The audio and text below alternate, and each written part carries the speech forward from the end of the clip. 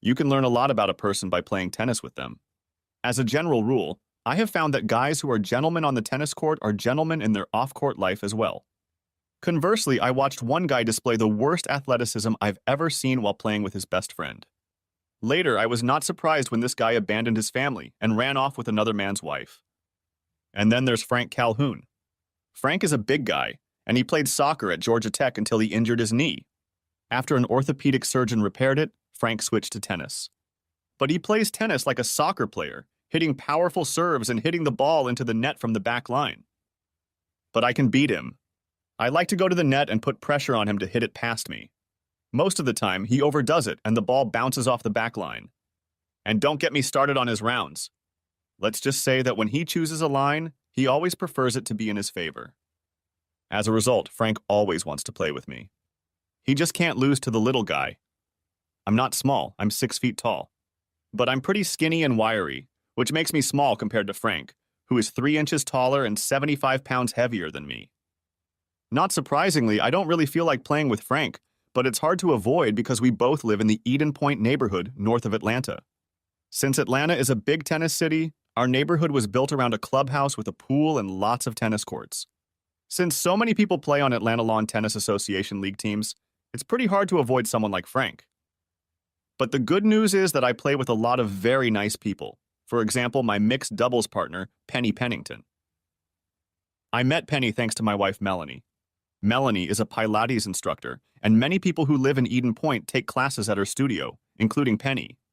Unfortunately for me, Melanie is not into tennis, but when she heard that Penny was looking for a partner, she introduced me to her, and for about a year now, Penny and I have been playing together. The club we were playing in today's match was in Stone Mountain, so I offered to drive Penny to save gas. Given the way traffic accumulated on Saturday afternoons, we allotted ourselves 45 minutes to get there. As she walked out of the driveway, I wondered once again why Penny was still single. Part of the reason was that 3 years ago she had lost her husband in a car accident. After a long period of mourning, one way she coped with her grief was to attend Melanie's Pilates class. Another way was to get back into tennis, which she had practiced in high school.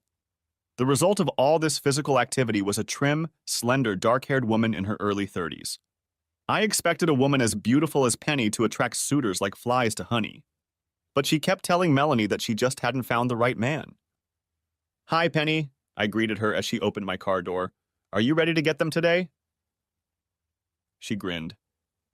"Don't doubt it, Michael. I've wanted a rematch with those guys for a long time." We were discussing our strategy for the match as I pulled onto the I-285 freeway, but I was interrupted by my cell phone ringing. "Hey, Robert." "You've got to be kidding me!" "No, everything's great here." "Damn." "Okay, we'll reschedule for another day." Penny gave me a perplexed look as I turned onto the next exit ramp and started heading home. "That was our opponent," I told her. "He told me it had just rained and the courts weren't playable." Atlanta is notorious for its isolated downpours, which can flood one area of the city, while just a few miles away, the sun shines brightly. Penny was visibly disappointed. "Damn it, I was so looking forward to playing tonight." "Look," I said, "why don't we go back to the club? We can practice, and maybe there'll be someone there who wants to play." As I pulled up to the main entrance of Eden Point, I turned onto the road leading to my house. "I just want to stop and pick up my check for this quarters club dues," I told Penny. "I won't be long."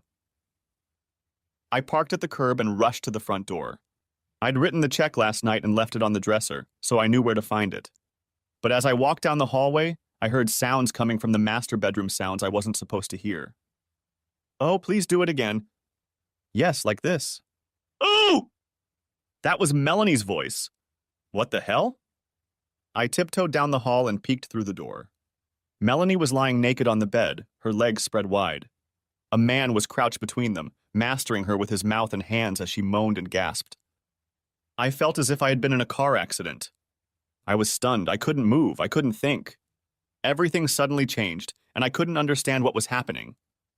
Then the man stood up and lifted Melanie's legs high to facilitate penetration.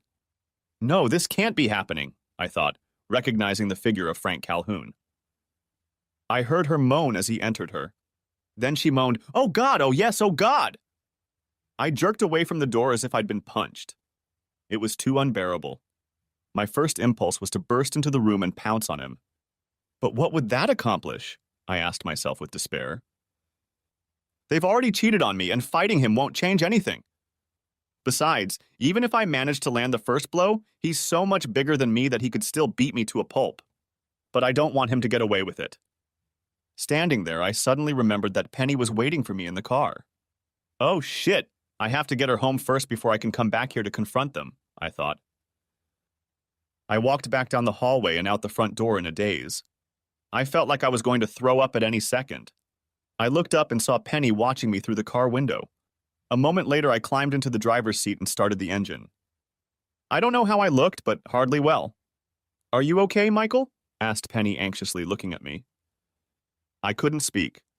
I gripped the steering wheel as tightly as I could, steering the car toward Penny's house. As I pulled up to the house, I put the car in park, and without looking at her, I said, I'm sorry, Penny, but I can't go with you today. What happened, Michael? What happened? She asked with growing concern. When I didn't say anything, she reached over and turned off the ignition, then took the keys, got out of the car, and walked to my door. I turned to her. I have to go, Penny. Please give me my keys back. No, she said firmly. Not until you tell me what happened. When I didn't say anything, she opened the car door and pulled me by the arm. You're not going anywhere until you come inside and tell me what's going on. Robotically, I got out of the car and let her walk me into the house. She disappeared for a second and returned with a glass of ice water. I absent-mindedly sipped from it while she watched me. When I set the glass down, she took my hand and squeezed it in hers. Tell me, Michael. What happened in there? Suddenly, all my resistance crumbled, and I leaned back against the back of her couch. I tried to speak, but my throat suddenly constricted again, and I took another sip of water. It was Melanie and Frank, I said tautly. She looked at me incomprehensibly. Go on, she said. They were there together, in our bedroom. They were, my voice whispered. She sighed. No! That can't be. Melanie would never do that. The image of the two of them came back to me with full force, and I felt a tear run down my face. I never thought she was either, I wheezed as the pain in my throat intensified. Could it have been something else, Michael? Could you have been wrong? She asked. I realized she was trying to help, but that didn't stop my anger. When I looked in, she was lying on her back. When I left, he started having sex with her. So tell me, Penny, am I wrong? She flinched at my angry sarcasm. I'm sorry, Michael. I wasn't doubting you. I was just hoping there might be some other explanation. More pain pierced me. And with Frank Calhoun of all people, said I angrily. How could she let that big baboon near her? I guess that explains why Frank started taking Melanie's Pilates class, Penny reflected. Did he take her class? Shouted I. She never told me that. My anger was still simmering. Thank you so much for warning me, I said bitterly. Now Penny was in pain. That's not fair, Michael. I had no idea there was anything between them. I'm sorry, Penny, I said. I didn't mean to lash out at you. I'm just having a really hard time right now. She squeezed my hand. It's okay, Michael. I can only imagine how you must be feeling right now. I stood up. I have to go, I told her. I have to go back there and find out what's really going on. You're not going to do anything violent, Michael? No, I just need to get some questions answered. She squeezed my hand. Please let me know what's going on, Michael. And let me know if there's anything I can do to help. I thanked her and walked back to my car. As I drove home, I was terrified of what awaited me. I thought about all the questions I wanted to ask her and tried to anticipate her possible reaction. I expected tears, denials, and angry words. How should I respond to them? What about Frank? What if he was still there? I could feel the adrenaline rushing through my system. When I walked through the kitchen door, Melanie must have heard me because she came out to meet me. She was in her robe and her hair was wrapped in a towel. You're back early, she said cheerfully. How was the match? We got caught in the rain, I said in a choppy voice. Oh, I'm sorry you couldn't play, she said. I bet Penny was disappointed. I just stared at her. I didn't feel like making small talk. They called about the rain right after we left, I said quietly. She blinked, but her expression didn't change. I'm back in the house, I told her. My heartbeat sped up. I saw you and Frank together. Of the many scenarios I had imagined, Melanie's reaction was not what I had envisioned. I'm sorry you had to see that, she said evenly. Is that all you have to say? I asked incredulously. You cheat on me and you're sorry I witnessed it? You're not even going to apologize for sleeping with him? How long has this been going on? Don't you have any explanation? She crossed her arms and sighed. Sit down, Michael, she said, gesturing to the table in the breakfast room. I prefer to stand, I said angrily. Suit yourself, she said, and sat back in her chair. I stood, stunned by her complete lack of response. Look, Michael, we were going to tell you soon anyway, but I guess this is just pushing the timeline a bit. I'm leaving you. Frank and I love each other, and I'm going to move in with him. We're going to get married as soon as the divorce is finalized. I decided to crouch down without risking a fall. Before I could say anything, she jumped up and said, Wait here, and then disappeared into our bedroom. She returned a few minutes later, clutching a stack of papers. She held them out to me across the table. It doesn't have to be acrimonious, she said. I don't even want any alimony from you. I took all the money out of our savings account, but it's only fair since I'm leaving you the house. It's a lot better than you'll get if we go to court, but it's fine with me if you sign the papers and let us all move on with our lives. I looked at the stack of papers. It was a divorce petition. Have you been to a lawyer yet? I asked in amazement. What about our marriage? What happened to the last 10 years we spent together? I'm sorry, Michael. I didn't plan this, it just happened. Just accept it. It is what it is. Deal with it, I shouted. Accept that my beloved wife is having sex with that asshole Frank Calhoun in our own bed? Accept that our marriage is over? She stood up. I'm disappointed, Michael. I was hoping for a more mature response from you. She turned and walked back to the bedroom. I sat at the table, looking at the divorce papers in front of me and trying to make sense of what was happening. If someone had asked me that morning, I would have said that I loved my wife and that we had a good marriage. Then this afternoon, I found out that she was leaving me for another man. Talk about cognitive dissonance! In the silence, I heard the buzz of a cell phone and then scraps of conversation. He saw us. As you'd expect. That would be good. When she returned, she was fully dressed and carrying an overnight bag and a set of cosmetics. Since you brought it up, I don't intend to stay here overnight. Frank is coming to get me. We'll come back on Monday when you're at work and pick up the rest of my things. So you're leaving just like that? That's the way it should be, she said. Fine, I said bitterly. What do you want me to tell our friends? She sighed. Look, Michael, Frank and I haven't done anything wrong and we're not going to hide like criminals. We're going to continue to have an active social life. In fact, tomorrow night we're probably going to a reception at Eden Point. You won't have to tell anyone anything, because everyone will know about it anyway. At that moment, a horn sounded outside. Melanie looked out the window. Frank's here, she said. I'm leaving.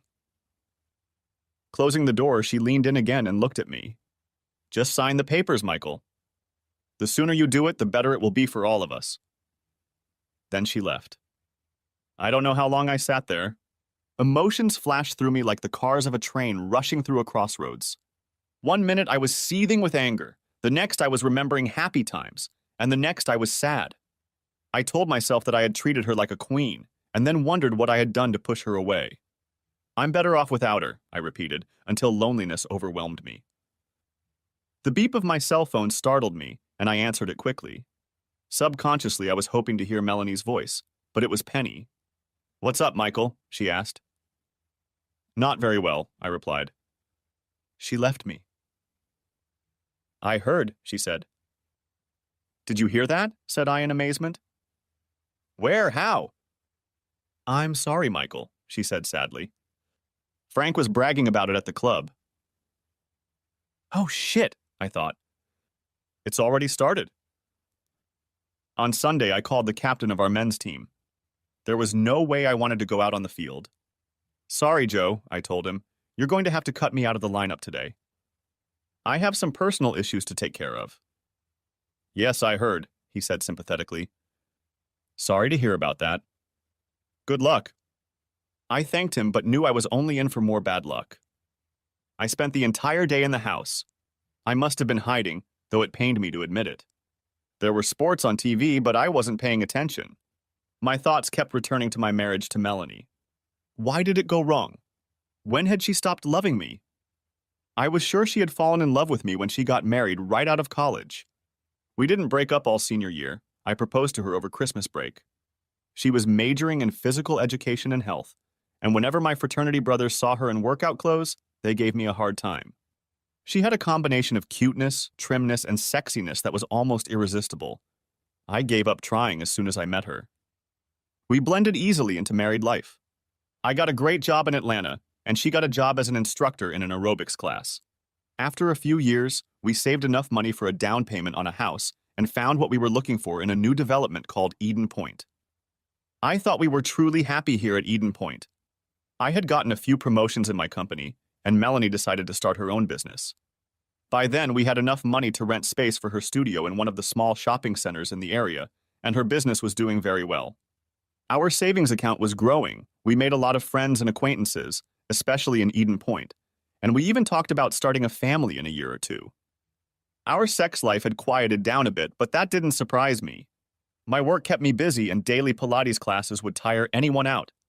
Thinking back on it, I began to realize that things had really slowed down in the last 6 months, although I hadn't noticed it at the time. I also remembered that Melanie seemed a little distracted at times, as if she was in another world. But when we made love, I felt better than ever, and I thought Melanie felt the same way. Obviously, I was wrong. I mentally kicked myself. How could I have been so blind that I hadn't realized she had another man? How could I not know that she had fallen out of love with me and fallen in love with Frank Calhoun? The only thing I could assume was that when you love and trust another, you don't look for signs of betrayal and deceit. No, I thought sardonically. You just have to wait until they hit you in the back of the head. On Monday, I went to work early to try to get ahead of things. Around 9 o'clock, I called my attorney's office and tried to make an appointment. When the secretary asked the purpose of the appointment, I didn't want to broach the subject of Melanie and me, so I told her that I needed to make some changes to my will. When she got back on the line, she said she could see me right after lunch. When I got to his law office, Jonathan met me in the lobby. He had been a classmate of ours when we were students, and I had approached him when Melanie and I had decided to make our wills. As we settled into his office, he looked at me with concern. Is everything all right, Michael? I understand you need to make changes to your will. You or Melanie aren't sick, are you? Thanks for your concern, Jonathan, but it's not that bad, I told him. Then I handed him the papers Melanie had given me on Saturday. As he read them, he tisk-tisked to himself. When he finished, he looked up at me. I'm sorry to hear about this, Michael. Do you think there's any chance of reconciliation? I don't think so. She's already moved out of our house and moved in with her boyfriend. She told me they plan to get married as soon as our divorce is final. He shook his head. I never expected this. You two seemed like the perfect couple. Then his expression changed, and his voice took on a professional tone. Given these circumstances, I, as your legal advisor, advise you to sign this agreement immediately. So just like that, 10 years of marriage went to waste? Said I bitterly. He shook his head patiently. In matters like this, Michael, you have to stop thinking with your heart and start thinking with your head. I believe Melanie has made you a very generous offer, much better than you will get if you decide to fight for her. She may be guided in part by guilt, but I'm willing to bet that the main reason is to give you an incentive to say yes as soon as possible so that she can marry her new man. Although it may seem to you now that you are inferior to her, in fact, if your marriage is over, that's the best you can hope for. I knew he was right. Hell, after what she'd done, I didn't want to stay married to her anyway. But it still felt like he and Frank had beaten me at a game I didn't even know I was playing. Jonathan's tone became sympathetic again. Look, Michael, I know the lawyer Melanie used. If you sign, we can file this settlement agreement in court very quickly. It'll document what she's offered. Then, if she gets remorseful and wants to come back, and if you're willing to take her back, you'll have 30 days to back out of the divorce. I knew that wasn't going to happen. Can I borrow your pen? I asked. Upon returning to the office, I immediately headed to HR. I needed to make a lot of changes to my health insurance, 401k plan, and a host of other spousal benefits. The clerk who assisted me must have done this a lot, because he quickly prepared all the forms I needed. As I was signing them, I looked up and saw him looking at me.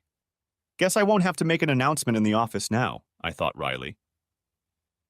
In the evening on the way home, I stopped at one of the neighborhood restaurants and picked up dinner to go. But when I got home, I found that Melanie had been there during the day and had packed everything she wanted. Of course, all of her makeup was gone, but I was surprised to find a few articles of clothing left behind. However, upon taking a closer look at them, I realized that they were things she no longer wore. Guess I'll have to take them to Goodwill, I thought dejectedly. Further investigation revealed that the bedroom was not the only place she raided. Our good china was gone, as well as most of the serving pieces we had received as wedding gifts. From the kitchen, I noticed that dishes and a set of good carving knives had been carried away as well. Several pieces of furniture were missing, and when I went into the living room, I saw that large chunks of our CD and DVD collections were gone as well. Going through our things, I noticed that she had left our wedding album untouched. Somehow, that depressed me more than all the stuff she had taken with her. It was as if she wanted to erase all memories of her life with me. I went back to the kitchen and stashed the food I'd bought in the refrigerator. I had no appetite left after her intrusion. I made a mental note to myself to change the locks. Damn it! How can you go from a happily married man to a lonely divorced man in 3 days? I asked myself. It all seems so damn unfair. I spent the next week in virtual isolation, getting to work early every day and leaving late. The rest of the time I stayed in the house. The humiliation of having Frank Calhoun steal my wife from me was agonizing, and the fact that there was nothing I could do about it was almost unbearable. I confess I've had fantasies of attacks with baseball bats or brass knuckles. Sometimes I've dreamed of assassins and car bombs. But then I would return to the real world. Did I really want to destroy my own life to get revenge on a skirt-chasing jerk and a wife who couldn't keep her legs together? By Friday, I decided it was time to come out of my cocoon. I hadn't done anything wrong, and I had no reason to hide. I called Penny.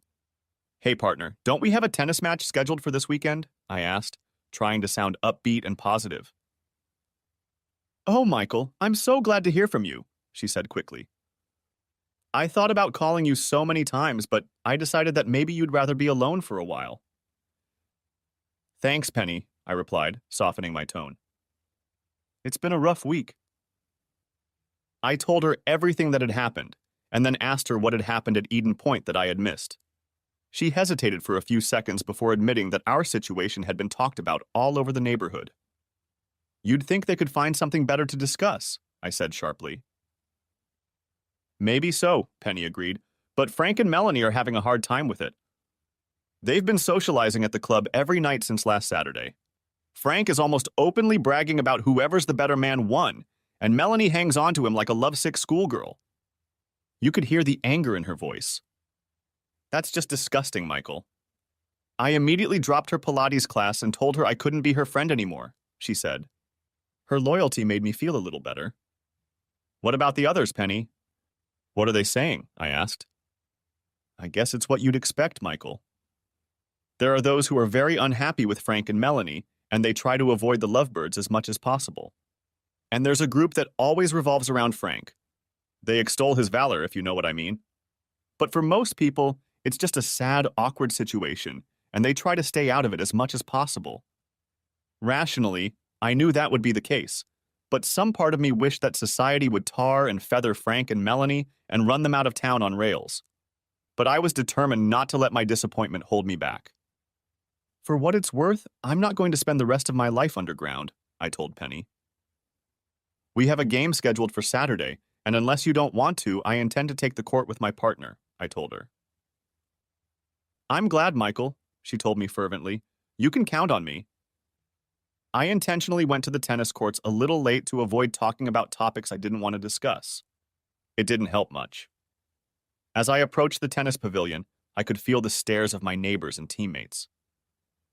I could understand their curiosity, but I still hated the feeling. Upon seeing me, the captain of our mixed doubles team rushed over to me. Michael, I'm really sorry. The other team made last-second changes to their lineup, and some matches have already started, so I can't change anything. If you don't want to play, I understand. What are you talking about, Mary? I asked. I don't understand. It's Frank, she said. You and Penny should play Frank and his partner. Oh shit, I thought.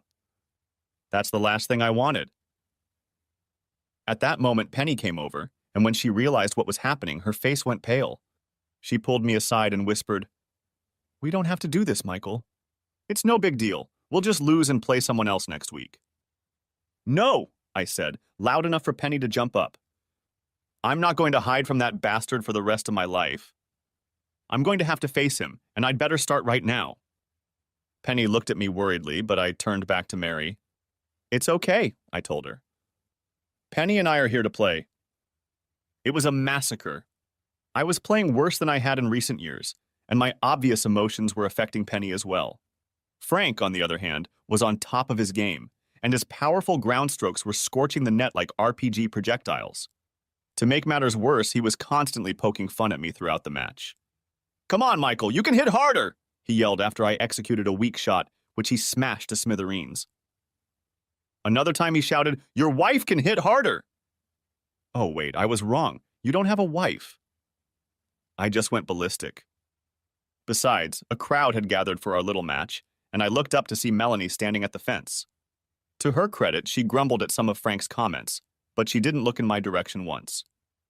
At one point, I threw a weak second serve over the net, and Frank ripped it right at Penny. It bounced off her shoulder and almost knocked her down.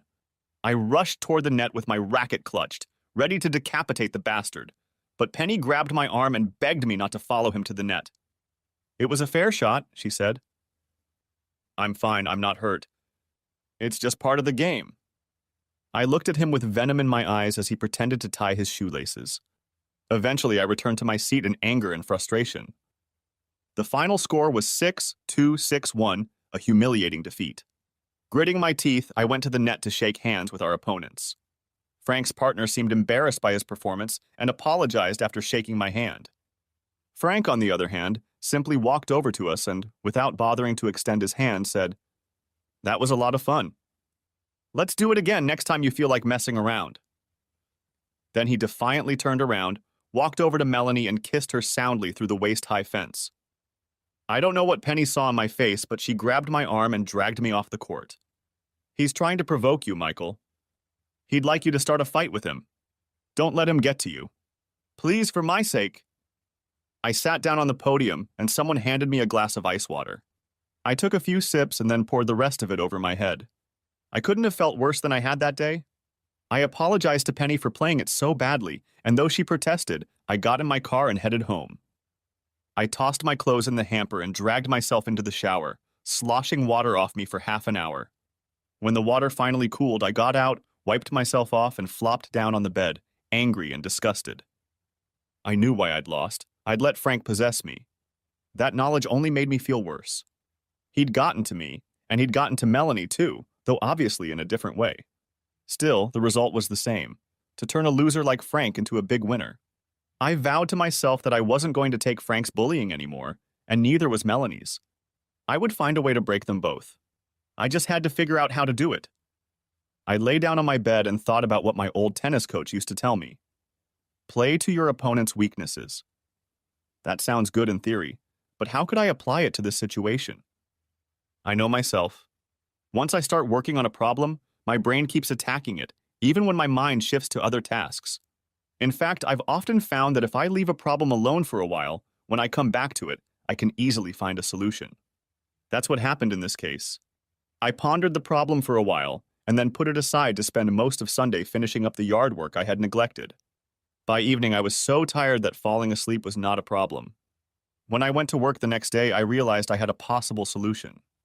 It will probably be expensive, I thought to myself, but if it works, it will be worth it. About mid-morning, I called one of our top salespeople. Hey, Jerry, I said, getting him on the phone. Any chance you'll have lunch with me today? My treat. Of course, Michael, especially if you're buying. We met at a bar and grill I knew, which was a little dilapidated, but it had great food. After we ordered, Jerry looked at me. "Hi, Michael. I was sorry to hear about you and Melanie. I thought you guys were doing well." "Yeah, me too, Jerry, me too. But actually, that's why I wanted to talk to you." "Of course, Michael. I'd be happy to help in any way I can." "Okay, Jerry, then here's my question. When you entertain your best clients, have you ever had to use an escort?" He looked at me strangely. "No, Michael, absolutely not. It's against company policy, and I would never do that." I leaned across the table to him. "Jerry, this isn't a company matter, and we're not here on business. This is strictly personal, if you know what I mean." He stared at me for a few seconds, and then a light flickered in his eyes. "Oh, I see," he said. "I guess it's been a long, dry spell for you, with your wife splitting up and you not participating in dating and all that." He paused, then leaned closer to me. "Sure, I know one of the best services in town. But listen, Michael, they only cater to the biggest players, you know? Their girls are incredible, but I think they might be unaffordable." I smiled at him. "Let me worry about that. Just tell me how to contact them and what to expect." And over a burger and a beer, that's exactly what he did. After lunch, I nervously reviewed the notes I had taken during lunch. I hoped I was doing the right thing. Then I remembered how Frank had taunted me, how Melanie had announced with a cold stare that she was leaving, and I decided to act. I called the number Jerry had given me, and a pleasant male voice answered. "Hello. Can I help you?" "Yes, I would like to speak to Mr. Henry Miller," I said as I was commanded. "This is Mr. Miller," the voice replied. "What are you looking for?"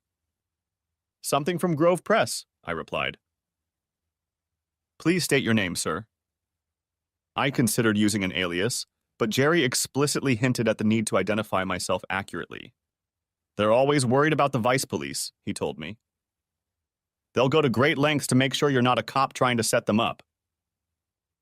I told him my real name. "Are you calling from your office?" asked Mr. Miller. "Yes," I replied, "but it's a personal matter. It has nothing to do with my company." "I understand all that, sir. Now would you mind giving me the number of the switchboard where you work?" "Sure," I said, "but wouldn't you rather have my direct line?" "No," he answered. "I'll call the main number and ask for you. Then we can take care of your business." Pretty smart, I thought to myself.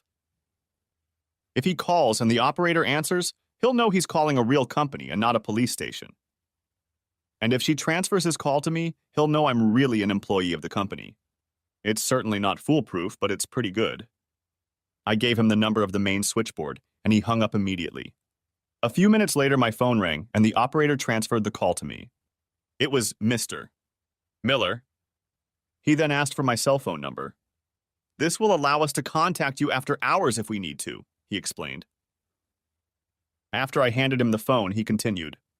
"Now that we've gotten rid of the identification procedure," he said, "please tell us how our service can help you." "I am looking for a very special companion who might be available for a number of occasions that might stretch over a month or more." Said the voice. "That's a bit unusual. We don't usually commit to such a long period of time. We might be able to help you, but it will be expensive." He named a price that made my eyes water. I swallowed. "It's going to be okay, Mr. Miller." "Very well. Do you have any special requirements?" "Yes," I said. "She must look like a goddess." He grinned. "Beauty is in the eye of the beholder, sir. But I think you'll be able to find a companion to suit your needs." He paused. "Do you have a pen handy?" When I assured him of this, he gave me their website address. I noticed that the URL started with HTTPS, which meant secure server. When I entered it, he told me to my amazement that when I was prompted for a username, I should enter Anais Nin. It then gave me a numeric password. "Please understand, sir, that your username and password will be changed after you make your selection. This is being done for both your safety and ours." When I confirmed my understanding, he continued. "Now about payment, sir. Once you make your choice and it is scheduled for the session, your credit card will be charged the amount you just agreed to. In addition, our clients should express their appreciation directly to our companions. If you are satisfied with everything, we recommend paying a 25% tip. I made a few quick mental calculations. This has to work, I thought, or I'll be not only ruined, but humiliated. Very good, sir. When you are ready to make your selection, please go to our website. There you will be able to make all other arrangements. Good day, sir. After that, the line cut off. I waited until I got home in the evening to go to the website Henry had given me. The main screen only listed Capricorn services, with the caption, "We cater to the needs of the most discerning clients." Using the username and password Henry had given me, I logged into the site and a window opened in front of me that could have come straight off the pages of a Victoria's Secret catalog. All the women pictured there were so gorgeous that I wondered why they weren't working in modeling rather than the escort business. In fact, I even wondered if the photos could have been copied from some modeling site as part of some bait and switch scam. But my buddy Jerry insisted that Capricorn was real, so I decided to take my chances. I assumed I would choose a blonde, but a picture of a woman with shoulder-length dark hair caught my eye, and I impulsively clicked on Rhiannon. The confirmation that appeared on the screen assured me that Rhiannon would contact me within 24 hours to arrange our meeting. I was then prompted to enter my credit card information. When the card number and expiration date were verified, the screen went dark, and I was suddenly thrown off the site. Out of curiosity, I tried to access the Capricorn site again, but this time the welcome screen didn't recognize my username and password, and after a second attempt, I was thrown back to the home page. I was impressed with the security of their system and thought this was an encouraging sign. If they went to this trouble, then perhaps their service is as good as Jerry claimed. All the next day, I was on edge, waiting for Rhiannon to call. At one point, I even considered backing out of the deal. My little plan was going to cost a lot of money, and there was no guarantee of success. But when I went into the break room to get myself a cup of coffee, the two secretaries who had been talking when I entered immediately shut up and turned their backs on me. It didn't take a genius to realize who was the topic of their conversation. The pain of being the subject of office gossip strengthened my resolve. No matter what, I wasn't going to continue to be a helpless victim if I could do anything about it. It wasn't until after dinner that my cell phone rang, and when I answered, a melodious voice said, "Hi, Michael, this is Rhiannon calling. I'm looking forward to seeing you." I swallowed and replied, suggesting we meet for dinner to discuss my request. When she agreed, I suggested the same grill where Jerry and I had dined. It was small, dark, and far enough away from Eden Point that I was unlikely to run into any of the neighbors. She laughed. "How interesting. I don't think I've ever had the pleasure of dining there. I'll look forward to seeing you." With those words, she hung up the phone. Here we go, I thought. The grill wasn't too busy on this weeknight, which was one of the reasons I'd chosen it, and the low lighting also suited my purposes. But when she walked through the door, it was as if a spotlight had fallen on her. She saw me stand up nervously, walked over and shook my hand confidently. "Hello, Michael," she said in her musical voice. "It's a pleasure to meet you in person." She sat down and I followed her. I must have stared because she laughed and said, "Well, how do I look?" We've all seen movie stars on the big screen or models in magazines. They are gorgeous, but they are not real. But now I met one of them in person, and the impression was overwhelming. The young woman sitting across from me was simply stunning. Dark eyes, high cheekbones, plump lips, hair framing her face, an athletic but feminine figure. I could go on, but the fact remained that for a few moments I did nothing but stare at her in mute amazement. She smiled and broke the silence. "I'll assume you approve," she said. "Oh, yes, I'm sorry," I stammered out. "I was just... for a moment." My voice broke with embarrassment. Luckily, at that moment, a waitress came over to take our orders. I don't even remember what I ordered, but Rhiannon settled on a green salad with dressing on the side. As the waitress wrote down her choices, I realized that she too had fallen under Rhiannon's spell. She kept glancing at her until she finally blurted out, "Aren't you on TV?" Rhiannon smiled sweetly at her. "No, I'm afraid not," she said, and the waitress left, muttering to herself.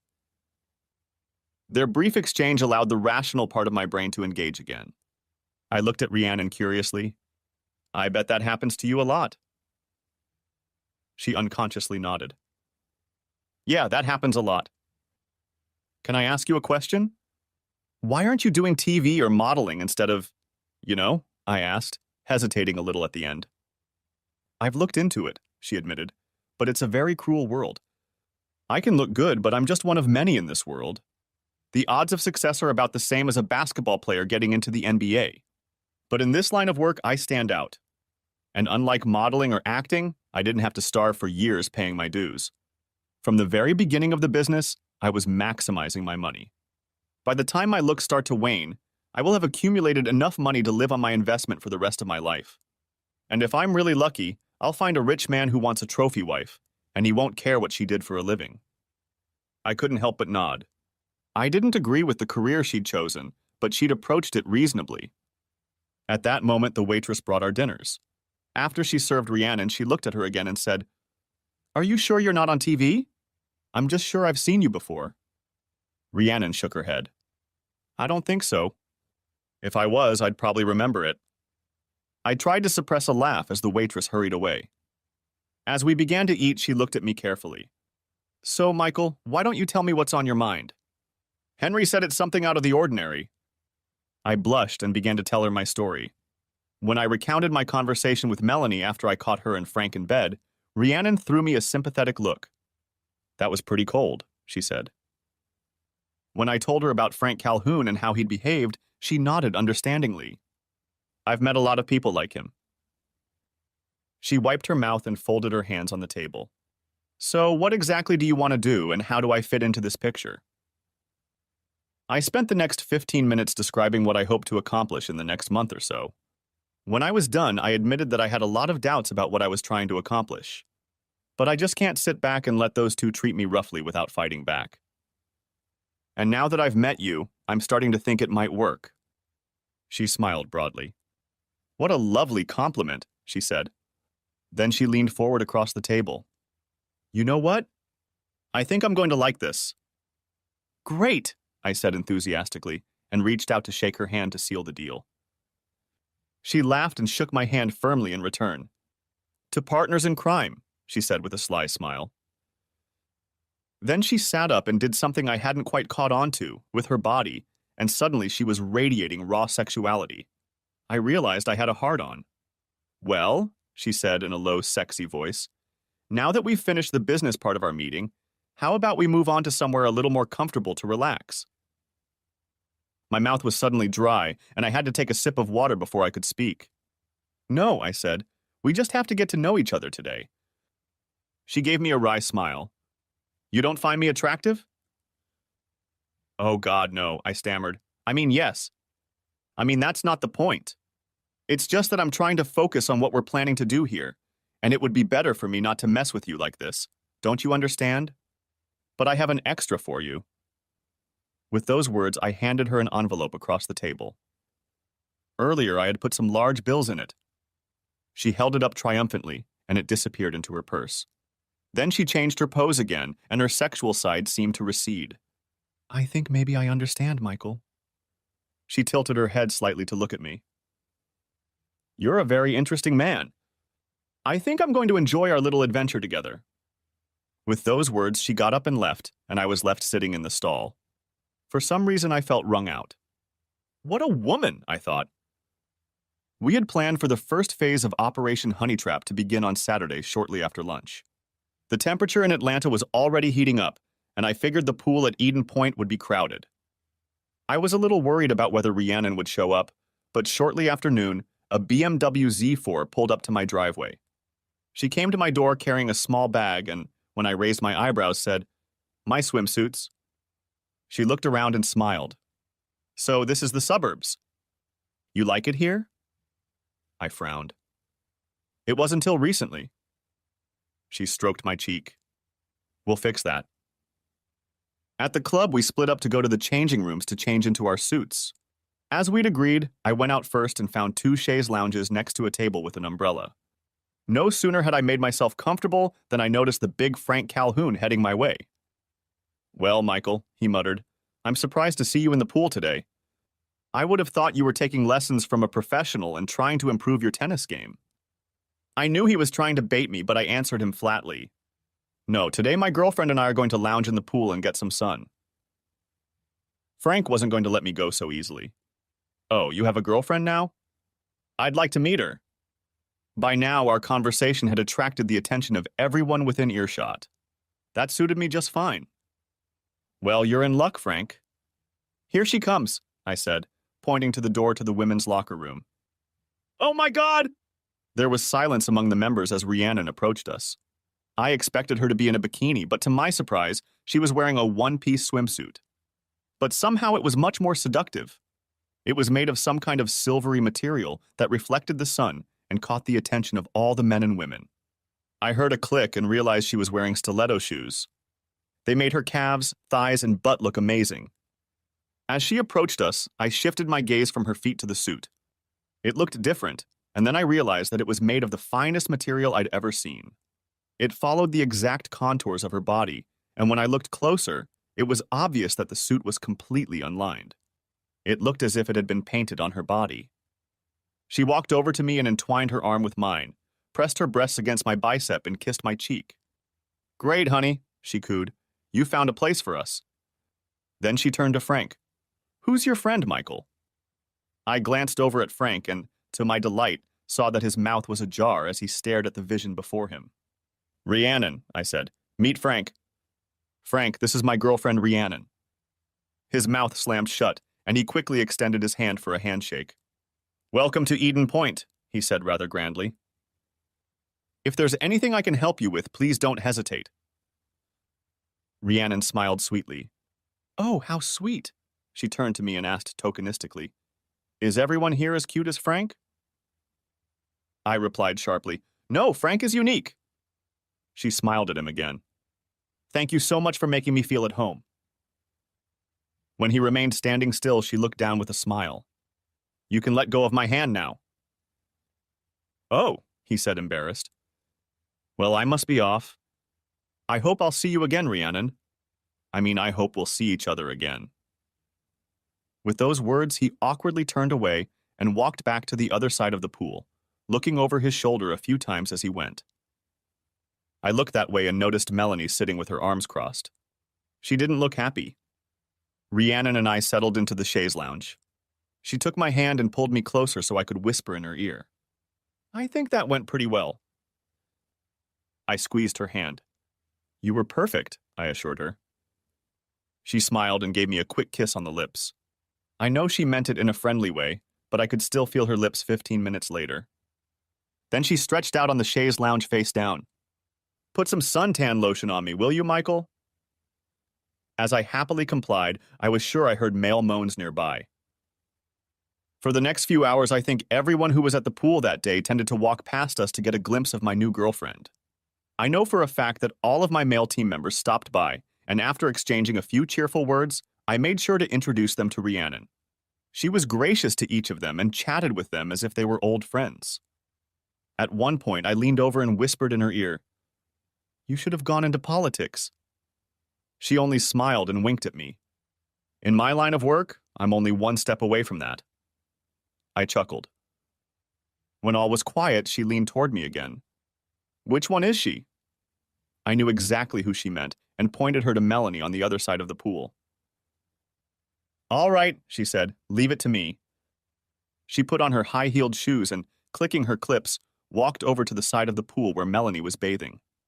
Bending at the waist of the pool, she removed her shoes from her feet and gracefully dove into the shallow water. Upon surfacing, she bowed her head forward and then quickly threw it back so that her hair formed a graceful arc over her head, splashing water in the air in a fan shape. I was totally enthralled. I'd seen this move before in commercials, but I'd never seen it in real life. It was amazing. Then, in one motion, Rhiannon gracefully floated out of the water and onto the deck. Facing Melanie with water running down her body, she threw her hair back, emphasizing her breasts. Then she put the mules back on her feet, adding 4 inches of height to her body, and walked back to where I stood watching. I reluctantly shifted my gaze from Rhiannon to Melanie.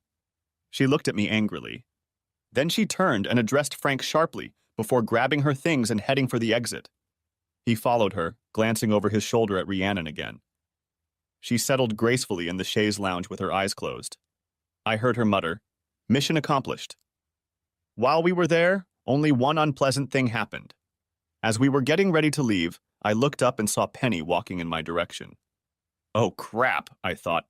I completely forgot about Penny's women's team playing today. What am I going to tell her? Hi, Michael. It's so good to see you outside again. Maybe we can meet up and play some more. She stopped abruptly as Rhiannon stood up and grabbed my hand. Oh, Penny said, surprised. Who's that? This is Rhiannon, my companion, I said awkwardly. Penny blinked and looked at Rhiannon in silence for a while. Then she held out her hand. I'm Penny, she said. Nice to meet you. She turned to me again. I need to clean myself up. I'm pretty dirty after our match tonight. See you around, Michael. She then turned and ran off before I could think of what to say. Who was that? Asked Rhiannon curiously. That was Penny Pennington, I told her. She's my mixed doubles partner. Interesting, she replied. I mentally berated myself for not thinking ahead about what to do with Penny. I didn't want to risk revealing my plan, but I didn't want Penny to get the wrong idea either. Damn it! Shortly after that, Rhiannon and I decided to call it a day. I felt like we had accomplished everything we wanted to do today. As we were leaving the pool, I swear I heard the level of conversation rise noticeably. When we got back to my apartment, I let Rhiannon use the shower while I dried myself off and reflected on the day. Except for the unexpected encounter with Penny, it had gone better than I'd hoped. I'd shown Melanie that I wasn't going to sit around and mourn her passing for the rest of my life. More than that, I showed her that not only could I not replace her, but that I had grown a great deal myself. Let her reflect on that for a while, I thought triumphantly. So how do you think it went? I heard a voice ask me from behind. Turning around, I saw Rhiannon standing there, wrapped in a bath towel. You were great, I replied enthusiastically. You were everything I hoped for and more. She did something with her fingers, and suddenly the towel slipped to her feet. Would you like to celebrate? She asked coquettishly. For a moment I froze, unable to breathe. Everything about her was absolutely perfect. Her breasts sat high and proud, not huge but well proportioned. Surprisingly, her areolas and nipples were pink, not brown. There wasn't an ounce of fat on her. On the contrary, her abdominal muscles were well developed and inevitably drew my gaze to her Venus bump, smooth and completely bare. From there, her legs, strong and perfectly formed, seemed to stretch endlessly. I gasped and realized I was holding my breath. Pulling myself together, I stepped towards her, bent down and handed her the towel she had dropped. I'm sorry, Rhiannon. It's just not a good time. She smiled. Okay, I was just checking. She threw the towel over her shoulder and stepped away from me. Oh my God, how did I not get a good look at her ass before? When she returned, she was already dressed and had packed her bag. I handed her a sealed envelope. Thank you, I said fervently. Today was exactly what I wanted. She tilted her head amusedly again and looked at me. Do you want to go back to Melanie? She asked suddenly. I shuddered. No, I said firmly. This wasn't some one-off error in judgment or loss of control. She deliberately threw me away like junk she didn't need. I would never under any circumstances take her back. That's what I thought, she said, but I was just wondering. Anyway, are we still on for next week? Oh, sure, I said with a wide grin. During the week, I made sure to go to tennis practice at the club. I wanted everyone to know that I had stopped hiding. Glad you're backing out on the field, our team captain told me. My teammates greeted me with a pat on the back and a wide wink. Behind me, I heard someone say, "Lucky son of a bitch." I smiled. I knew the impression Rhiannon could make. A couple days later, I returned to the court for mixed doubles practice, but Penny was nowhere to be found. Our captain told me that she had called in sick. When I got home from practice, I called her right away. Are you okay, Penny? I asked. It's not like you to be sick. Oh, nothing serious. It's probably just a little bug going around. Can I get you anything? I asked. I'd be happy to get you some. No, she said sharply. I mean, thank you, but I don't want anything. Anyway, it's best if you stay away. I don't want you to get infected with what I have. Well, okay, I said hesitantly, but if you get worse, call me right away. I'm worried about you. She made me a vague promise and then said she needed to rest, so I let her go. I wasn't happy about it. Penny had always been so healthy and vital, It alarmed me to think there might be something wrong with her. And our little run-in at the pool last Saturday probably didn't help, I thought. I still felt like I couldn't tell her about my honey trap for fear of ruining things, but I just hated to give Penny the wrong impression. I hope she forgives me when this is over, I thought. The next step in my plan was scheduled for that weekend. The club was having a dinner, and Rhiannon and I planned to perform at it. When she arrived at my house, she was dressed very differently from the last time we'd met.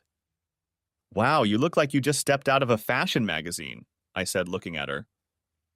She was wearing an ordinary outfit consisting of a skirt, a casual jacket, and a blouse. But although it all looked casual, the fabrics, styles, and accessories screamed haute couture. She curtsied like a little girl. "Thank you, kind sir." "Actually, Nordstrom's just got them," she said, "but don't worry if you're not familiar with the labels. My main target today is the ladies, and one lady in particular." "Well, I can't speak for wives, but I think you'll still have a great influence on men," I told her sincerely. As we pulled into the parking lot in front of the clubhouse, Rhiannon turned to me and said, "We need to change tactics a bit today. We need to split up and socialize with everyone here. That will allow me to do what I need to do." "Sounds good to me," I told her.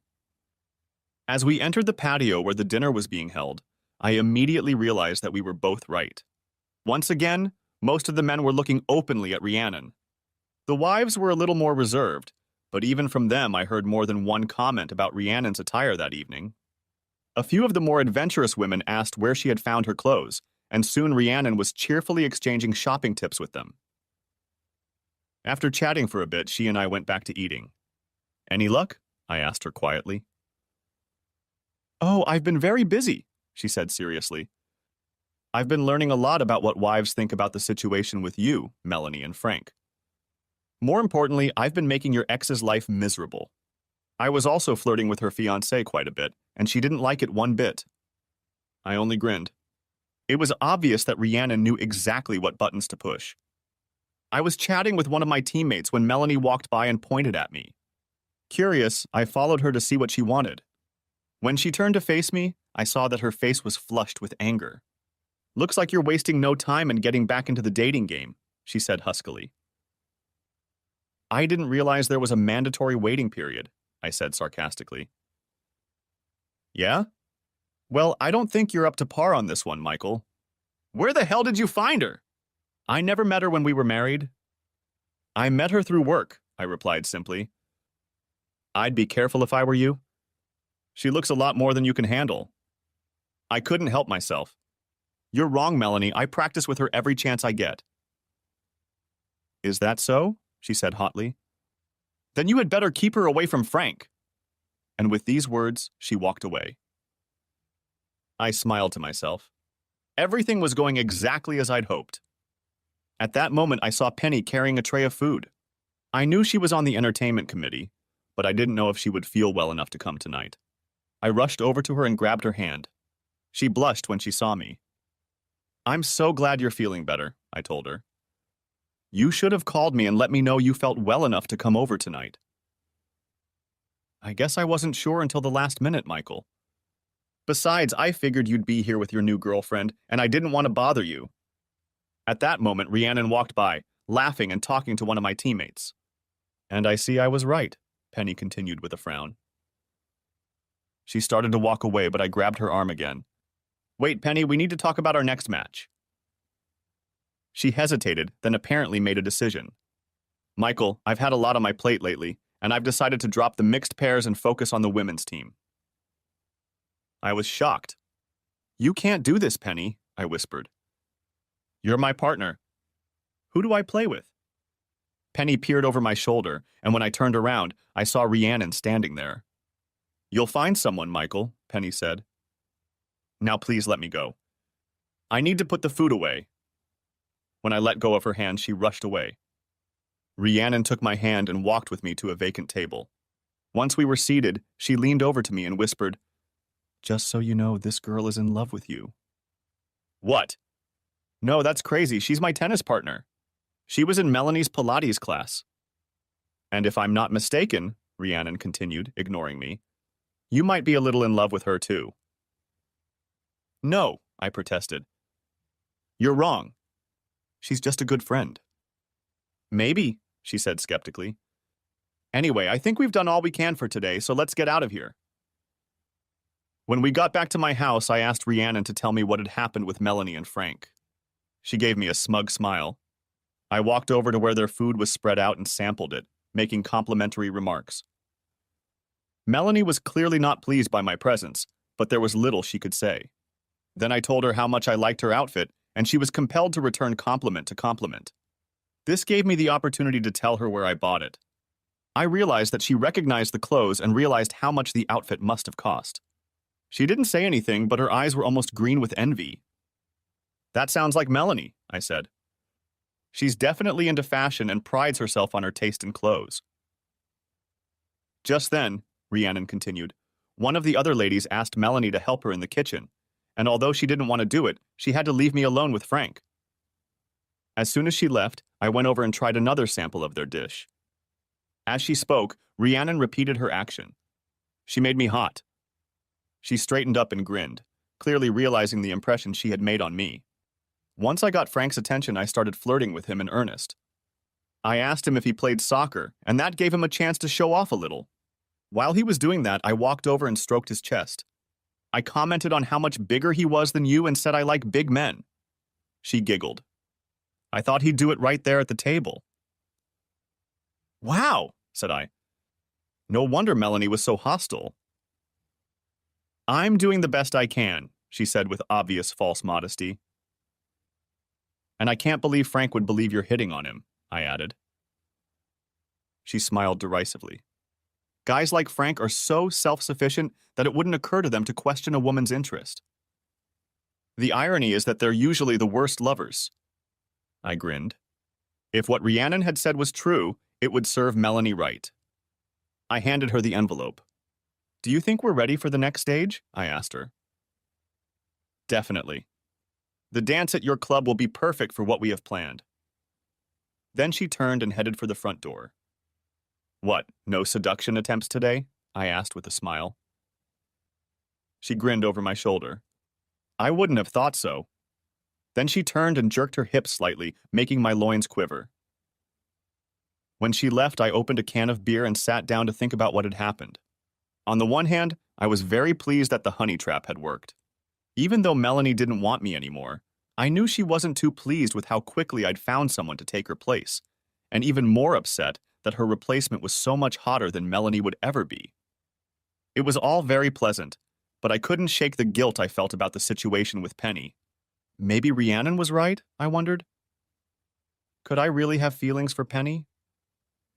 I had liked her from the very first time Melanie had introduced us. I'd found her attractive, slim, athletic, graceful, with an interesting, outgoing personality. But because of Melanie, I had always tried to keep our relationship purely friendly and tennis-like in nature. And I was sure that Penny wanted that too, especially while she was going through the loss of her husband. I thought about what Rhiannon said about Penny. It couldn't be true, could it? If Penny was interested in me, why was she avoiding me like the plague? And why did it bother me so much? For that matter, why was I constantly turning down the sexiest woman I'd probably ever met in my life? Could my feelings for Penny have been part of it?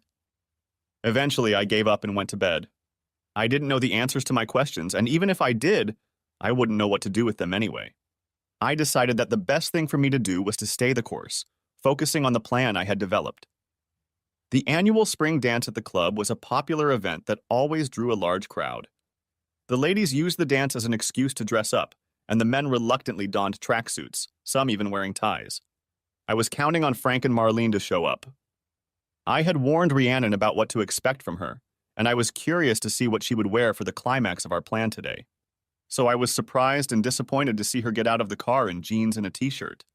Sure, they were the tightest jeans I'd ever seen on a woman, and the t-shirt obscenely tight around her braless breasts, but I was still expecting something different. My face must have given me away because she stroked it as she walked past me.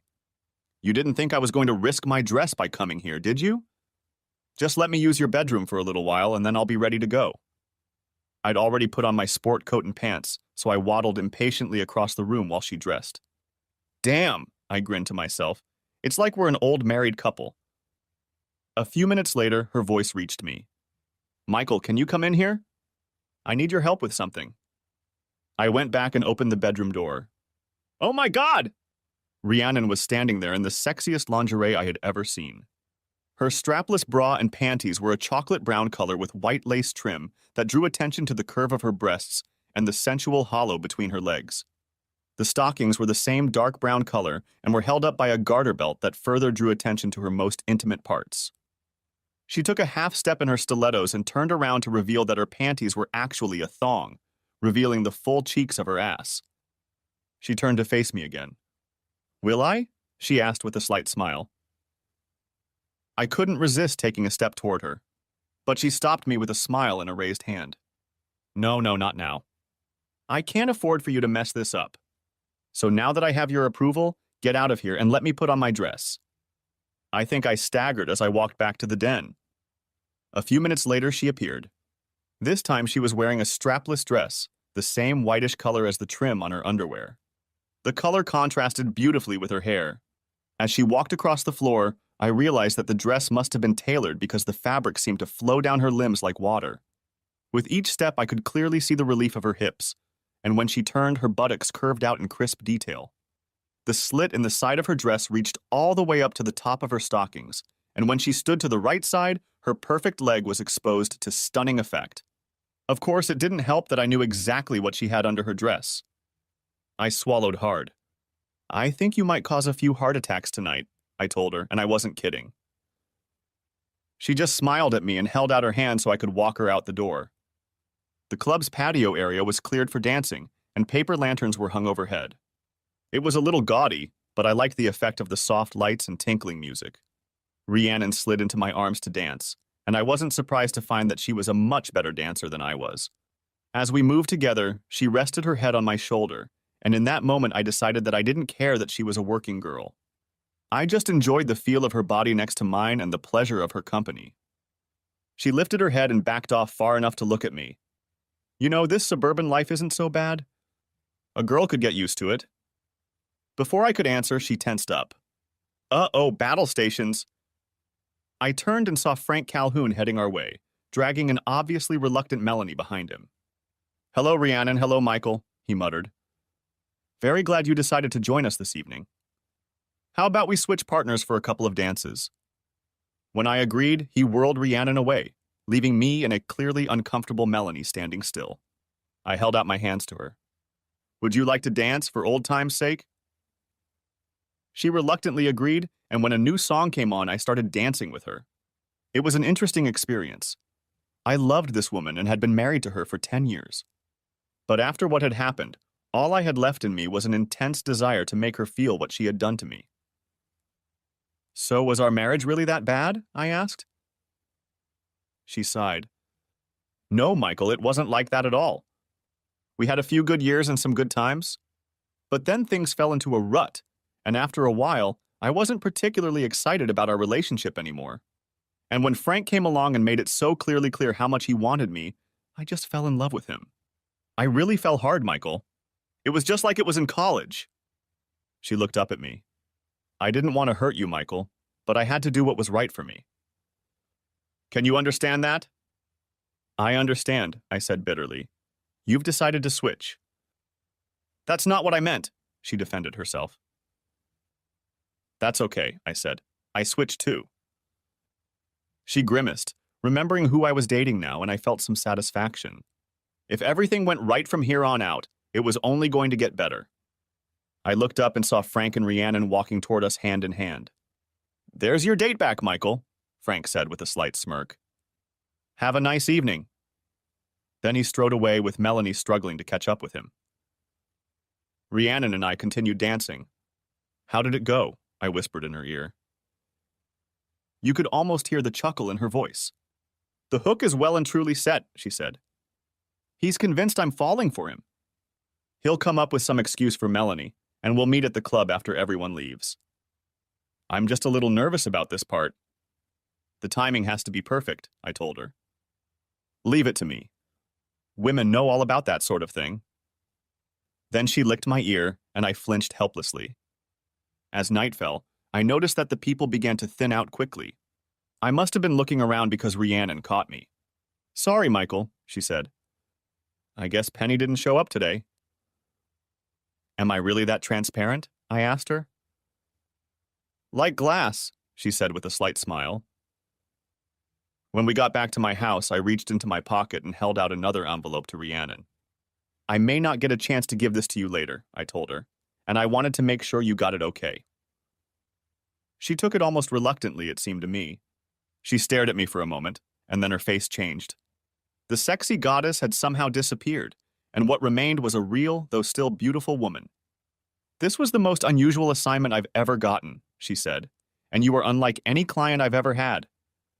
It was a little unpleasant at times, I blushed, but I enjoyed it immensely. I took both of her hands in mine.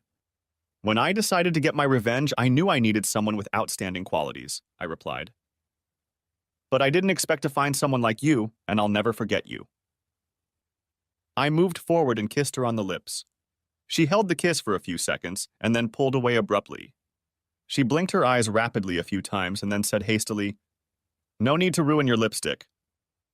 Then she glanced at the jewel-encrusted watch on her wrist and added, "It's almost time. We should get going." "Give me exactly 30 minutes." With those words, she walked out the door, got into her car, and drove away. I stood for a moment, then made a decision.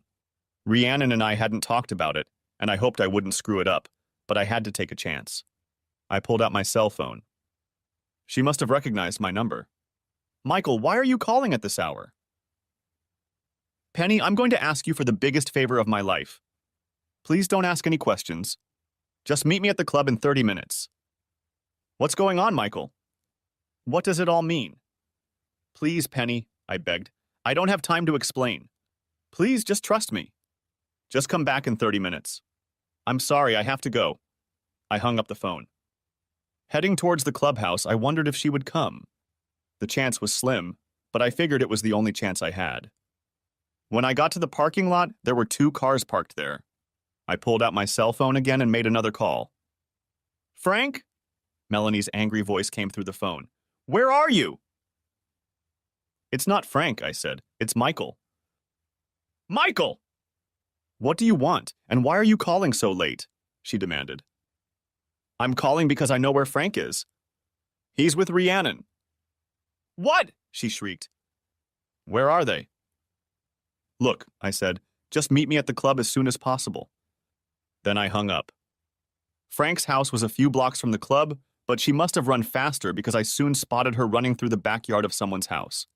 I intercepted her before she got to the club. "Where is he?" she raged. "Quiet," I ordered, grabbing her wrist. "You have to be quiet so we can catch them." I led her to the door to the club, which was unlocked, and we tiptoed across the threshold. As we entered the room, there were rustles and the rustling of clothes. In the dim light coming through the windows, I saw Melanie's eyes widen. I quickly clamped a hand over her mouth to keep her quiet, then pointed to the light switch on the wall. She nodded in understanding and we tiptoed over to it. I flicked the switch and the room was instantly flooded with light. With a startled shriek, Frank tried to rise, but his pants caught in his knees, causing him to stumble and fall to the floor. He jumped to his feet again, frantically pulling on his pants. Behind him, Rhiannon rose from the couch she had been lying on. Her dress was draped over the back of the couch, and as she rose, she pulled her bra over her bare breasts. She stood, clad only in her outrageous underwear, and there was no doubt in anyone's mind as to what was going on. I had to restrain Melanie as she started yelling at Frank. "You bastard, how could you do this to me? We were supposed to be married." Rhiannon clung to Frank's arm, pressing herself against his back in the face of Melanie's anger. Now that he was wearing pants, Frank's confidence returned to him. He looked at me boldly, and then turned to Rhiannon and asked her, "What do you want to do now, baby?" "Oh, Frank," she replied in a little girl's voice, "I just want to be with you." As she clung tightly to him, he hugged her protectively. Then he turned to face us again. Despite Melanie's distress, his first words were addressed to me. "Well, Michael, it looks like you've lost another woman." I didn't say a word, but Melanie cried out, "What about us, Frank?" "What about us?" The big man turned to her. "Look, Melanie, we had a good thing going for a while, but it was never going to last. Now I found someone better, and I'm going to devote all my time to her." He looked back at Rhiannon, then turned to Melanie. Can't blame a guy for wanting to switch, right? Even in pain and anger, Melanie couldn't help but cast a guilty look at me when she heard those words. Rhiannon turned and deftly put on the dress. Then she turned back and put her arms around Frank's neck. He leaned over and kissed her. "Come on, baby, let's get out of here," he said, pulling her toward the door. "You go, Frank," she said. "I have something to tell Michael. Besides, I don't want to leave my car here. Look, I'll meet you at this bar." She reached into her purse, pulled out a piece of paper, and hurriedly wrote the address. "I'll be right there with you, honey," she added, stroking the front of his pants and bestowing a passionate kiss on him. He looked at her doubtfully. "Are you sure you're going to be okay?" he asked. "I'm sure, darling. Michael won't hurt me. He's not that kind of guy." "Yeah," Frank grinned. "I guess you're right." With those words, he walked out the door and we heard him drive away. While our attention was on Frank, Melanie managed to break free of my grip. She screamed, "You bitch!" and lunged at Rhiannon with her claws out. Instead of flinching, Rhiannon calmly stood her ground. As Melanie caught up with her, Rhiannon took a quick step to the side, grabbed one of Melanie's outstretched arms, and deftly twisted it behind her back. She winked at me. I knew self-defense lessons would come in handy. When Melanie continued to resist, Rhiannon told her sharply, "If you don't calm down, I'll be forced to dislocate your shoulder." Melanie stopped resisting, and Rhiannon pushed her away to face her. "Listen, Melanie, there are a few things you need to know," she said. "I don't give a damn about your Neanderthal ex-fiancé, and I have absolutely no intention of joining him at the bar he's headed to." Melanie was stunned. But why?" "Why did I seduce him?" "Because that's my profession. I'm a paid escort. I've had dozens of guys like Frank. They all think they're God's gift to women and are always on the lookout for the next piece of ass. Do you think he loved you?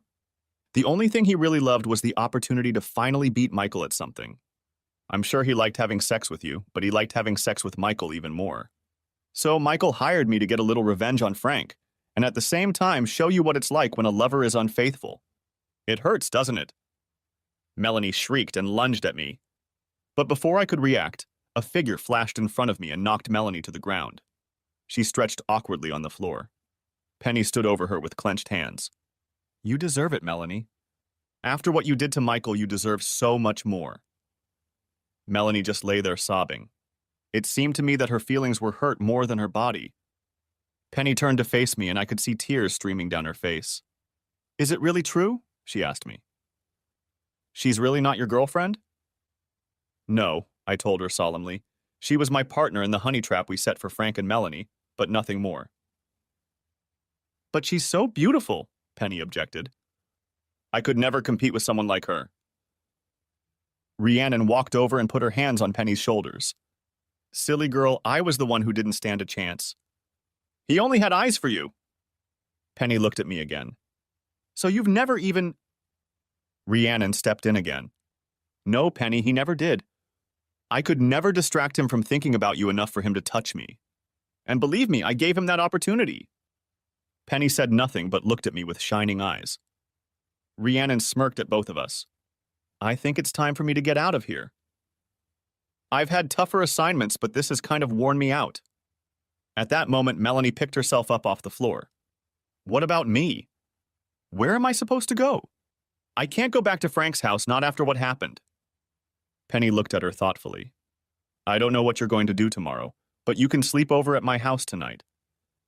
I'm going to drive home with Michael." With those words, she kissed me hard. I took her hand and decided not to let go. But something kept bugging me, and I turned to Rhiannon again. "What about Frank? Where did you send him?" She laughed.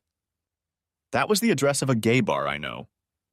I wonder how long he'll be there before he realizes I'm not coming." Then the smile disappeared from her face and she looked at me intently. "Good luck, Michael. You're a special person and I won't forget you." She leaned forward and kissed me gently. I felt Penny squeeze my hand even tighter. Rhiannon then turned to Penny and her face took on a fierce expression. "You will treat him right, do you understand me? If I ever hear that you don't, I'll be back, and this time I won't take no for an answer." The fierce expression left her face, replaced by an expression I later realized was sad. She reached out and stroked my cheek. But I don't think I'll be so lucky. Then she reached into her purse and slipped something into my hand. Goodbye, she said, and then turned and walked out the door, her hips swaying magnificently. I looked at my hand. There were 4 unopened envelopes in it. All right, everyone's presentations are done, Nick, the manager, said as he tried to move the discussion forward. Excuse me, I haven't.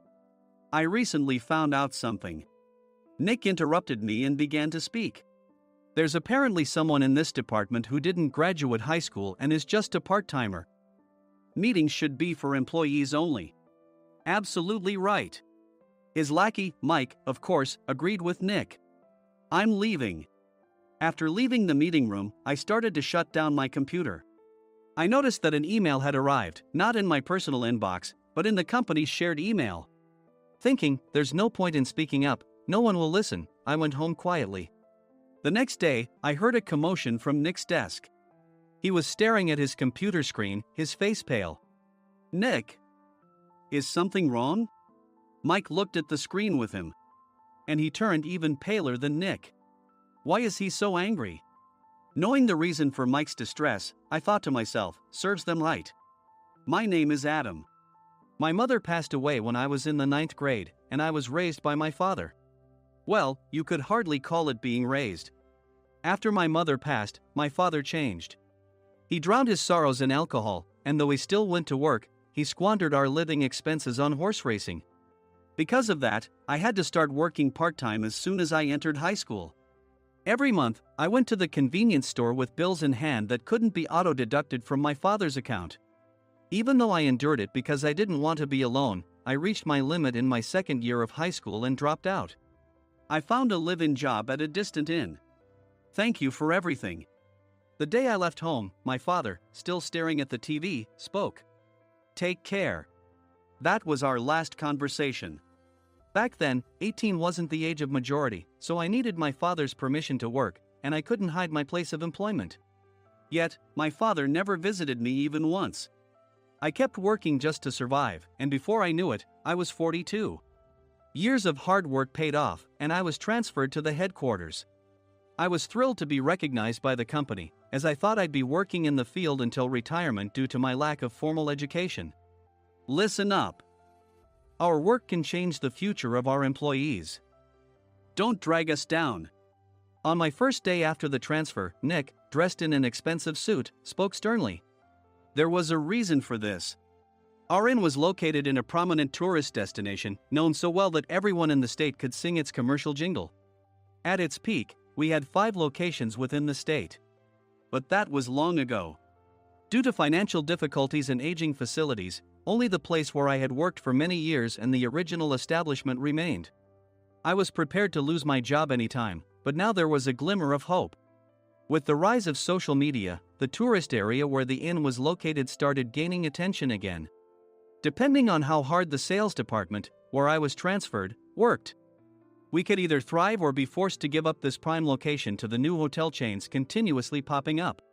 For Nick, who had switched careers from another industry to strengthen our sales, this was a battle he couldn't afford to lose. I understood why he had to be strict. I will do my best.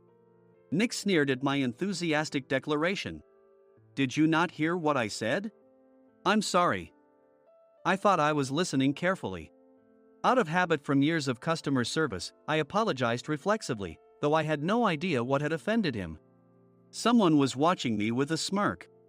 In this department, there are those who are expected to excel and those who have been shoved here because they have nowhere else to go. You are the latter. It was Mike, the section chief. He's 7 years younger, at 35. But he was called to headquarters much earlier than I was and had been moving around within the headquarters ever since. I'm not jealous, but I can't accept that he's my boss. Graduating from a prestigious university, he has an unusually high pride and caused many problems as a newbie, making things very difficult for me when I was the front desk leader. When I found out Mike was transferred to the sales department a month before me, I was disheartened. Mike is right. With just a middle school diploma, there's not much you can do. Don't even think about achieving results.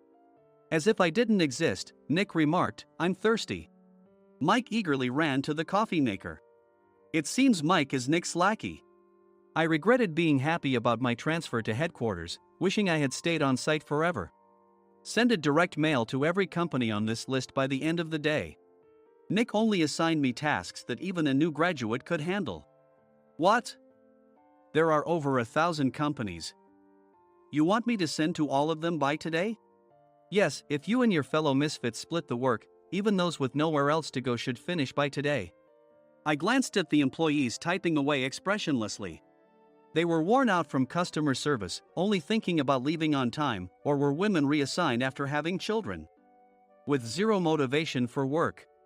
Even Sam, a new graduate from the same university as Mike, who was supposed to be among the expected achievers, had no enthusiasm for the job. Having joined the company wanting to do customer service. I don't care what they say, I plan to quit anytime, he said. Only Nick and Mike were highly motivated, making all the decisions between the two of them. I originally only wanted to work at the inn to survive and had no particular attachment to this job. I swallowed my words, thinking I had no right to reprimand them. About a month after the transfer, Nick told us with a frustrated look.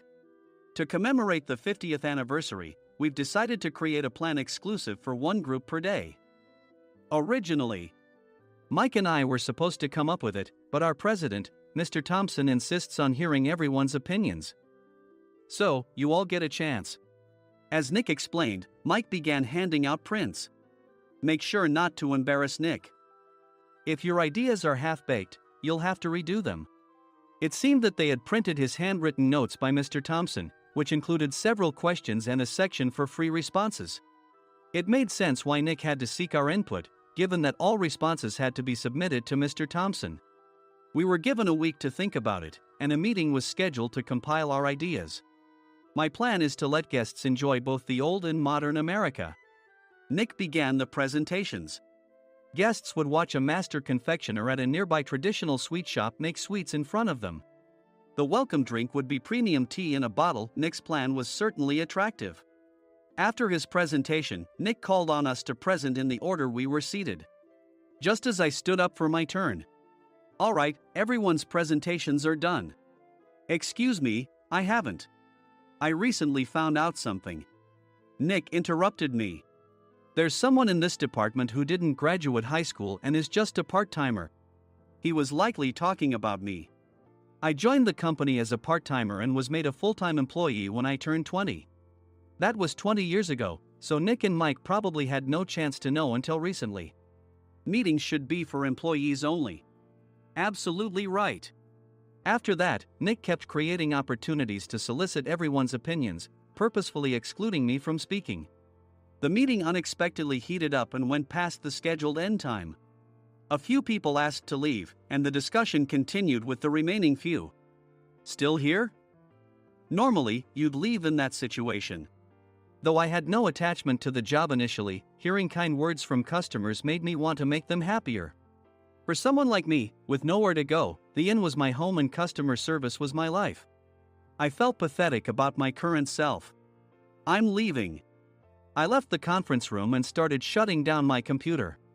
I noticed an email had arrived, not in my personal inbox, but in the company's shared email. Thinking no one would listen to what I had to say anyway, I quietly went home. The next day, while preparing the DM as instructed, I heard a commotion from Nick's desk. In his haste to stand up, he hit his knee on the desk. He stared at his computer screen, his face pale. Nick!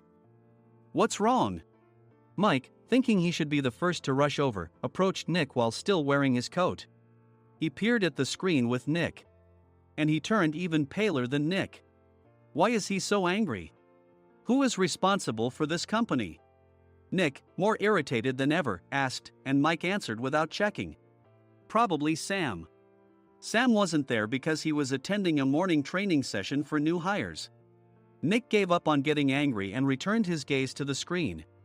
They were looking at an email that arrived right after the end of the working day yesterday. Apparently, no one, including me, had checked it before leaving. The email was from a large company that used us for their annual employee trips. The president and executives of that company also frequently used our services personally. President of the company, Mr. Mason himself had declared that neither he nor his company would ever use our services again. Well, some companies cancel their employee trips or stop using our services due to financial struggles. Let's just move on. Mike kept wiping the sweat from his forehead with a handkerchief. Knowing why Mike was so agitated, I quietly watched their interaction. Do you know how much revenue we get from that company? We can find other guests to fill the rooms, but we'll lose the banquet costs, gift shop revenue, rental car fees, and more. Moreover, the gifts were supposed to be prepared by the traditional confectionery shop involved in Nick's proposed plan. If it's known that we incurred such a huge loss at this critical time, Nick's position in the company would be jeopardized. Nick took a deep breath, seemingly trying to calm himself. All right, Mike. Go to New York right now and apologize to Mr. Mason. What? You're coming with me, right? I have urgent work to do. I trust you, which is why I'm entrusting this to you. Please. Mike, believing Nick's sincerity, agreed with a determined look on his face, saying, yes. That's Nick for you. Even if Mike went to apologize, Nick would shift all the blame onto him if the client didn't change their mind. Well, it was Mike's fault to begin with, so it served him right. About 3 hours later, Sam answered a call from somewhere and repeatedly apologized, saying, I'm very sorry. Everyone watched to see what was happening. After ending the call, he informed Nick with a weary tone. When Mike arrived at the client's company, he only made things worse, further infuriating Mr. Mason. He was demanding, get his boss here immediately. It was no wonder Sam was exhausted, dealing with such a call right after returning from training. What is that idiot doing? All right, Adam, you're coming with me. If sacrificing Mike didn't work, then I must be next. Normally, I'd want to refuse at all costs, but I saw an opportunity in this situation. If I can be of assistance, I'd be happy to join you. I immediately followed Nick, and we flew to New York. When we introduced ourselves at the reception, it became clear how serious the situation was, as the receptionist personally escorted us to the president's office. Angry voices leaked through the door, making both Nick and me uneasy. Excuse me. I'm Nick, the supervisor. I understand my subordinate has caused you trouble, and I deeply apologize. Nick, with his experience in the corporate world, knew enough to offer an apology before excuses. However, his customer service skills left much to be desired. I sighed as I saw Mike trembling like a small dog in the corner of the room. What kind of training are you giving your subordinates? Mr. Mason glared at Nick with a red face. The intensity of his gaze made even Nick take a step back. Regrettably, I joined this company only 2 years ago and was unaware of Mike's issues. I should have identified his shortcomings sooner. Indeed. I should have realized sooner. No sensible person would come to apologize and then give a lengthy presentation on the drawbacks of not using their in. Nick froze, his mouth slightly open. Suspecting the worst, I picked up the documents that had fallen to the floor. It seemed Mike hastily prepared these documents on the plane, listing the disadvantages. Disadvantage 1: if you change the venue for the company trip, employees might suspect it's for cost-cutting reasons, leading to a negative impression. Reading it aloud half-jokingly, Nick snatched the papers from my hand and checked the contents with a furious expression. Among the stack of documents was a receipt from a nearby convenience store's copy machine. I felt a pang of dread, hoping he hadn't shown the receipt as well. What do you think he said when I asked what kind of nerve he had to do this? I'm very sorry. Faced with the dire situation, Nick must have thought there was nothing left to do but apologize. In a voice smaller than I'd ever heard from him, he uttered words of apology. He said, I'm a Harvard graduate. I don't believe I said anything wrong. Mike! What have you done? Forgetting his plan to pin the blame on Mike, Nick yelled loudly, even in front of Mr. Mason. I didn't do anything wrong. You're still saying that? Look at him. Mike pointed at me with a shaking hand. I was assigned to headquarters in my 20s and now I'm a section chief. This guy only made it to headquarters at 42. Everything I've done proves I was right. So why are we losing the contract? Having said his piece, Mike collapsed to the floor. Of course. You were sent there because you had nowhere else to go. Mike never expected to hear such words from someone he looked down upon. He lunged at me, and Nick hurriedly stepped in to stop him. Mr. Thompson told me Mike is a quick thinker, and to take good care of him. There's no way he was pushed aside. Don't make things worse here. He didn't say quick thinker, he said only quick-witted, didn't he? I don't remember that part. I recalled the many troubles Mike caused when he was a newbie. When Mike was on the front line, his pride was so high that he never apologized to customers. Customer service, especially in our job, doesn't work alone. It brings both good and bad situations. If the front staff or housekeepers made mistakes, or the cleaning company didn't properly clean a room, one had to apologize to the customers regardless of personal fault. Mike, in such situations, would never apologize, insisting he wasn't at fault. This often angered customers, and as the front desk leader, I frequently had to apologize on his behalf. He caused complaints and disrupted operations, which is why he was quickly moved to headquarters. In departments where he didn't interact directly with customers, his quick thinking was beneficial and things went well. But it seemed his flaws were starting to show. Corporate reservations are supposed to be entered into the system by the sales representative. But a quick check yesterday revealed that more than 10 items were missing from the client's reservation. The handover document clearly stated what needed to be prepared. Why didn't you enter it into the system? Why do we have to give them special treatment? Filling rooms near the banquet hall, setting up all the food in advance. Specifying the brand of wine, they're too demanding. No wonder he always angered customers, I thought, feeling a headache coming on. Grouping them in rooms near the banquet hall is for our benefit too. It makes it easier for the staff to set up beds and serve breakfast since everyone's schedule is synchronized. As for the other requests, Mr. Mason suggested them to lighten our load. I didn't know that. Nick finally seemed to realize that Mike was the one who had angered the client. What did you say to them? I just told them we wouldn't give them special treatment anymore. We shouldn't waste effort on things that don't bring in money. I was utterly exasperated at his lack of understanding of customer service. Of course, we shouldn't comply with unreasonable demands. But carrying over successful practices from past stays makes customers feel remembered and enhances their experience. Good memories encourage repeat visits. That's part of our job. I looked down at Mike, who was sitting on the floor. In our job, nothing is a waste. Mr. Thompson likely moved you to the sales department, hoping you'd finally understand this. How do you think he feels now that you've failed to meet his expectations? Mike, tears in his eyes, fled the president's office. I was amazed he still hadn't apologized. You have it tough, Adam. It's okay, we're all employees of the same company. I deeply apologize for this disrespectful incident. Especially after all the care you've shown us. If it weren't for you, Adam, I really would have stopped staying here. When I heard you were moving to the sales department, I was willing to reconsider if you handled it. Seeing us talk so amicably, Nick's face contorted. Do you two know each other? Adam's service is excellent. I always requested him specifically. Normally, we don't accept specific staff requests, but we made an exception for Mr. Mason, adjusting my shifts accordingly. He had personally stayed at our hotel just before my transfer, and during casual conversation, I mentioned, I'm moving to the sales department soon. If I hadn't told him then, things could have been much worse.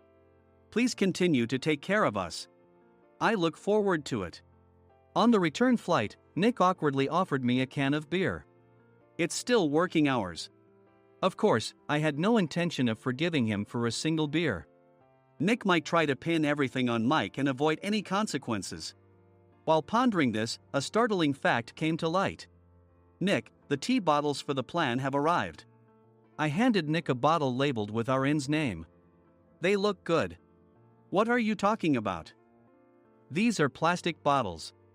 I had assumed we would use the trendy, high-end bottling tea. But what arrived were ordinary plastic bottles of tea with customized labels. The only unique aspect was the label, which had the inn's name, making it look customized. Upon further investigation, I discovered that a substantial amount of money was set to be paid to the tea company. It was priced like bottling tea. Does this plastic bottle really cost $100 each? The tea inside is specially blended for us. The extra cost is for that. Wouldn't it be better to use another tea company? Or is there a specific reason we must use this one? As Nick continued to make excuses, I showed him a printed email. I informed the tea company's president, Mr. Mitchell, that we discovered irregular payments and he confessed. He said you two were high school classmates and planned to split the extra money. That idiot. Why did he confess? That's not important. You should worry about yourself, this could turn into a police matter. Opening the bottle cap, I suggested. How about calming down with this tea? It supposedly has a relaxing effect. Nick drank the tea frantically.